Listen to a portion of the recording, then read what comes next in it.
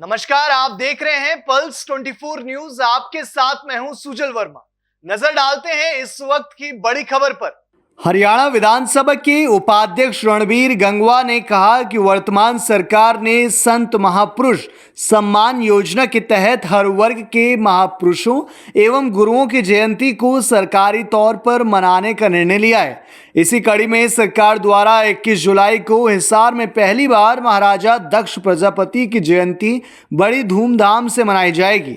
साथ ही कहा कि 21 जुलाई को हिसार में होने वाली महाराजा दक्ष प्रजापति की जयंती पहली बार सरकारी तौर पर मनाई जाएगी। जयंती को लेकर बीसी वर्ग के लोगों में भारी उत्साह और जोश है और वो इसमें बढ़ चढ़कर भाग लेंगे। उन्होंने कहा कि वर्तमान सरकार ने सबका साथ, सबका विकास और हर वर्ग को सम्मान देने का कार्य किया है। इस तरह के कार्यों से समाज के हर वर्ग में खुशी की लहर है और प्रदेश में भारी बहुमत से तीसरी बार मुख्यमंत्री नायब सिंह सैनी की अध्यक्षता में भाजपा की सरकार बनेगी। जब से भारतीय जनता पार्टी की सरकार हरियाणा प्रदेश में बनी है, तब से हर वर्ष जितने भी हमारे महापुरुष हुए हैं, गुरु साहिबान हुए हैं, उनकी जयंतियां सरकारी स्तर पर मनाने का काम करती है। और प्रजापति समाज की भी मांग थी काफ़ी दिनों से कि महाराजा दक्ष की जयंती सरकारी स्तर पर मनाई जाए।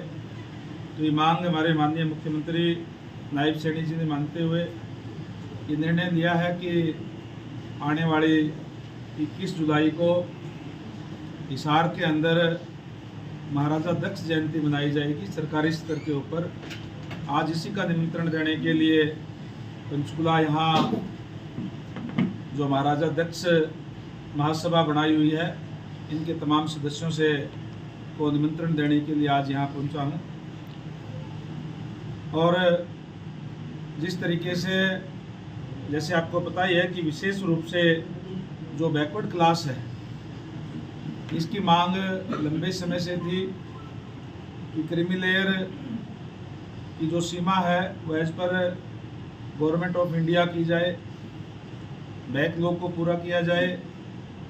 और भी जो मांगे हैं जो सरकार के अंदर प्रतिनिधित्व देने की बात है, चाहे संगठन के अंदर प्रतिनिधित्व का विशेषकर बैकवर्ड समाज को देने की मांग है, ये समय समय के ऊपर बैकवर्ड समाज के लोग सरकार के से करते रहे हैं।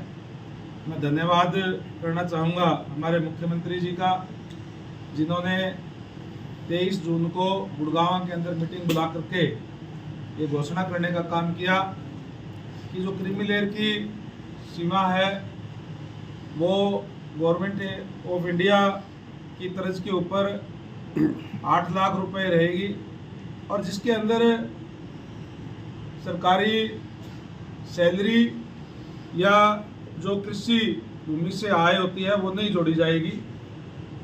और उसके साथ साथ जो सबसे बड़ी बात यह है कि जो पूर्व की जो सरकारें रही हैं उसके अंदर हमेशा जो खासकर जो बैकवर्ड समाज है और बैकवर्ड में भी जो मोस्ट बैकवर्ड है, जिसको हम BCA के नाम से जानते हैं, उनके साथ जातियाँ होती रही है।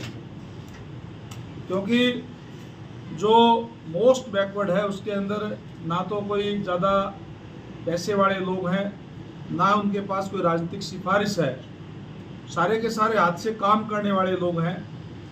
और उनकी सिफारिश ना होने के कारण जो पिछली सरकारों के अंदर खासकर भूपेंद्र सिंह हुड्डा जी की सरकार रही, तो जब भी कोई वैकेंसी सरकारी निकलती थी तो मान लो 50 को वैकेंसी है तो 5-7 भर करके एक नीचे लाइन लिख दी जाती थी कि योग्य उम्मीदवार ना मिलने के कारण ये पद रिक्त छोड़े जाते हैं, तो बैकलॉग रह जाता था।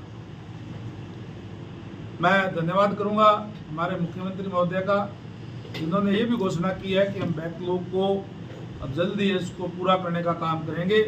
जितने भी जो बैकवर्ड क्लासेस का बैकलॉग रह गया था वो अब नई वैकेंसीज निकाल करके उसको भी भरने का काम करेंगे। और इसके साथ साथ जो HKRN के अंदर जो भर्तियाँ की जाती है उसके अंदर भी 27% बैकवर्ड क्लास को रिजर्वेशन दिया जाएगा। इन तमाम विषयों के लिए भी माननीय नायब सैनी जी का हम धन्यवाद करेंगे। और इसके लिए एक बड़ी रैली अलग से भी बैकवर्ड क्लास से की तरफ से बुला करके माननीय सीएम साहब का धन्यवाद किया जाएगा, वो बाद में किया जाएगा। जो 21 तारीख को 21 जुलाई को हिसार के अंदर जो दक्ष जयंती होने जा रही है, उसके अंदर पूरे स्टेट से, क्योंकि ये स्टेट की तरफ से है इसलिए पूरे स्टेट से उसकी जो है भागीदारी होगी। और उसी के तहत आज जिस तरीके से यहाँ के जो हमारे पदाधिकारीगण हैं, इन्होंने विश्वास दिलाया है कि कम से कम 1000 लोगों की हाजिरी यहाँ पंचकुला से भी होगी, उसके अंदर 7 लोग यहाँ से जाने का काम करेंगे। और इसको लेकर के पूरे प्रदेश के अंदर भी बड़ा उत्साह है। और स्वाभाविक सी बात है, साथ में चुनावी साल है, अलग अलग संगठन अपने अपने ताकत दिखाने का काम भी करते हैं। तो मैं समझता हूँ कि इस दक्ष जयंती में जो पहली बार सरकारी सतह पर मनाई जा रही है, इसको लेकर के पूरा उत्साह पूरा हरियाणा भर के अंदर है। बड़ी एक भारी तादाद के अंदर लोग वहाँ आएंगे और माननीय सीएम साहब का धन्यवाद भी करेंगे और एक अच्छी संख्या के अंदर वहाँ करके दक्ष जयंती को मनाने का काम सारे के सारे साथी वहाँ जो है वो करेंगे। इसी के लिए आज यहाँ विशेष तौर सर, मेरे एक सवाल है आपसे। विपक्ष आरोप लगा रहा है कि नायब सिंह सैनी जी को मुख्यमंत्री इसलिए बनाया कि ताकि पिछड़ा वर्ग के वोट अथिया सकें, क्या कहेंगे? विपक्ष ने तो फिर कभी दूसरी पार्टियों ने तो वोट अथियाने के लिए भी नहीं बनाया। अभी ये विपक्ष के लोगों के पास जब कोई किसी बात का जवाब नहीं होता तो इसी टाइप की बात करते हैं। वो तो केवल और केवल, अगर मैं आज मुख्य विपक्षी पार्टी कांग्रेस है तो मैं समझता हूँ कि केवल और केवल पिता पुत्र की पार्टी बन करके रह गई है और उनसे परेशान होकर के आज उनकी पार्टी के नेता भी उनको छोड़ छोड़ के जो है वो जा रहे हैं। और जिस तरीके से भारतीय जनता पार्टी सबका साथ सबका विकास को लेकर के चलने का काम करती है और अलग अलग समय पे जैसे आप देखा भी है कि हर वर्ग को एक सम्मान देने के लिए, महापुरुषों का सम्मान करने के लिए अलग अलग समय में सबकी जयंतियाँ भी मनाने का काम करती है। उसी के अंदर आज महाराजा दक्ष की जयंती का प्रोग्राम, जैसे मैंने बताया अभी, उसको लेकर के हम आपके बीच में आए हैं। और मैं समझता हूँ कि जिस तरीके से भारतीय जनता पार्टी कार्य कर रही है, निश्चित रूप से आने वाले समय में नायब सैनी जी के नेतृत्व में एक बार फिर से पूर्ण बहुमत की सरकार हरियाणा प्रदेश के अंदर बनेगी। ये थी इस वक्त की बड़ी खबर। ऐसी तमाम बड़ी खबरों के लिए देखते रहें पल्स 24 न्यूज।